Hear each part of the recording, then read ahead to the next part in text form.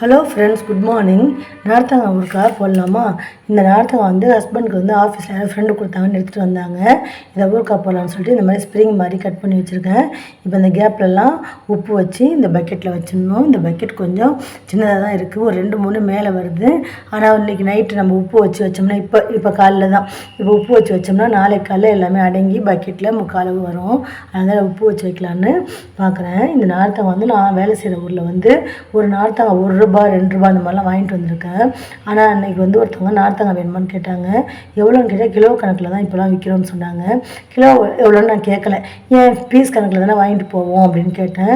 Piece கணக்கு வந்தால் ₹10 என்னடி இவ்வளோ விலை இருக்குன்னு தெரியலையேன்னு நினச்சேன். நான் வேண்டாம், மழை பெய்யுது, எங்கே இப்போ போடுறதுன்னு சொல்லிட்டு வந்துட்டேன். ஆனால் இப்போ அடுத்த நாளே பார்த்தா ஹஸ்பண்ட் ஃப்ரெண்டு கொடுத்தாங்கன்னு சொல்லிட்டு வாங்கிட்டு வந்தாங்க. சரி, இது ஃப்ரீயாக தானே கொடுத்தாங்க, இது சைஸ் கொஞ்சம் பெருசாக சின்னதுமாக தான் இருக்குது, நம்ம இது வேஸ்ட் பண்ண வேணாம்னு சொல்லிட்டு இப்போ போடுறதுக்காக ரெடி பண்ணியிருக்கேன். உங்கள் ஊர்லலாம் நார்த்தங்காய் எவ்வளோ விற்கிது? நீங்களாம் இந்த மாதிரி ஊறுகாய் போடுவீங்களா? யாருக்கெல்லாம் நார்த்தங்காய் ஊறுகாய் பிடிக்கும்னு இந்த கமெண்ட்ஸில் சொல்லுங்கள் ஃப்ரெண்ட்ஸ். இப்போ இதில் இந்த கேப்பில் உப்பு வச்சுட்டு பார்க்கலாம். இங்கே பாருங்கள் ஃப்ரெண்ட்ஸ், நார்த்தங்காய் எல்லாம் உப்பு வச்சாச்சு. இந்த ஒவ்வொரு கேப்லேயும் உப்பு இருக்குது, தெரியுது உங்களுக்கு? இந்த மாதிரி ஒவ்வொரு கேப்லேயும் உப்பு வச்சாச்சு. இப்போ சிந்திர வச்சு தட்டில் அந்த உப்பையும் மேலே கொட்டியிருக்கோம். இப்போ இது மேலே கொஞ்சம் இடம் பத்தாமல் தான் இருக்கும். இதை நான் நாளைக்கு காலையில் கூட காமிக்கிறேன். அப்படியே அடங்கி போயிடும். ஒரு 3/4 அளவு தான் ஒரு வாளியில்.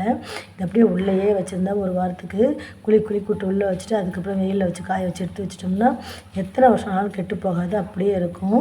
இந்த மாதிரி நீங்கள் யாரெல்லாம் செய்வீங்கன்னு கமெண்ட்ஸில் சொல்லுங்கள். இந்த வீடியோ உங்களுக்கு பிடிச்சிருந்தா லைக் பண்ணுங்கள், ஷேர் பண்ணுங்கள், கமெண்ட்ஸ் பண்ணுங்கள். ப்ளீஸ் என் சேனலை சப்ஸ்கிரைப் பண்ணுங்கள். தேங்க்யூ ஃப்ரெண்ட்ஸ், பாய்.